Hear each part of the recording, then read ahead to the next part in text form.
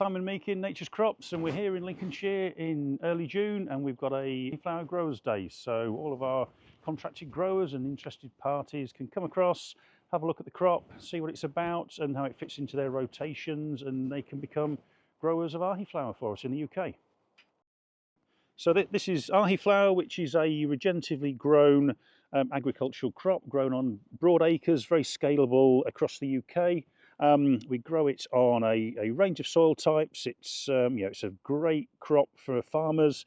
It's very, very low input, no insecticides, and it basically improves the soil. So if I pull a plant up here, you can see we get a lovely taproot that basically improves the soil. We get the leaves, they drop down, improves organic matter, workability for the soil within the rotation. Very, very low input, a low nitrogen crop. So it's a crop which is it can be direct drilled straight into the soil, which reduces the amount of carbon released into the atmosphere. It's direct combined on a large scale, so you get large machines come through, cut the seed.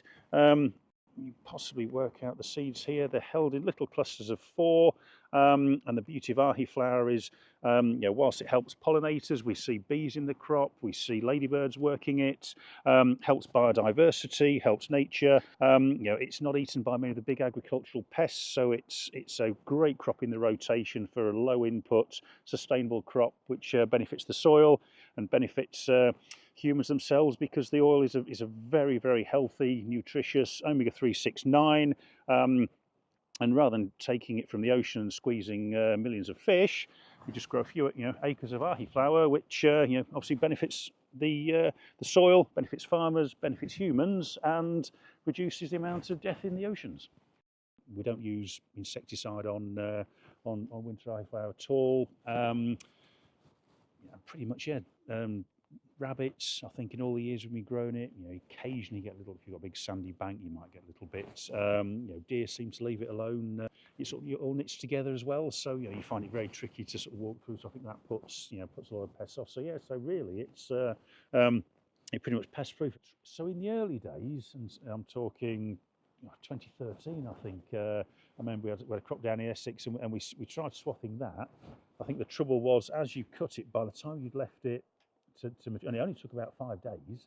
I think by the time we went into it, it was so brittle that almost you were just shaking seeds out, and you're probably losing more seeds. So what we'd rather cut it direct, and then say if this was, and I've got some gravelly land this year which has had some very high temperatures on, that has probably it's matured faster. It's a lot browner than this.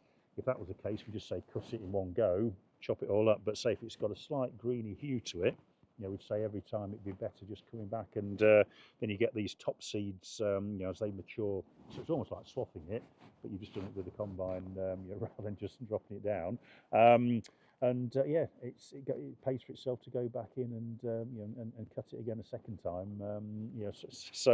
Because if you look at this, you've got it's probably maybe sort of not quite as obvious, but if you imagine looking at a sort of branch of ahiflower, lower down the stem, you've probably got an inch and a bit of a spacing between the seeds, whereas when you get to the top, when it's here, it's sort of like half a centimetre, so almost per branch, you probably get double the seeds in the top bit. So so it's got something just. What sort of seed or plants are you aiming for? We're normally looking for about 60 plants a square metre, but if I found a thin bit, we've had crops down as low as 5 square metres. So what you tend to find is that it's that balance between, we almost want enough plants that's trying to build a bit more height, so you get decent sort of crop competition. But on the flip side, if you've got a low plant population, we've seen individual ahiflower plants, this sort of size, it does really branch out, similar to rape, really. So if you had a total disaster, I'd go, well, as long as there's enough plants there, it generally fills in. Even if I sort of look at these now, you think, well, these are relatively immature. But if you give that a rub, there's like 2 or 3 falling out. Yeah. If you actually crush that, this would be 20% moisture. it's not going to sort of smash up in the No, combine at all. no. It's it's a pretty hard, robust seed, and that's one of the reasons why after planting it takes a little bit longer to emerge, just because it's got this hard seed coat, so just a little bit more moisture to come through.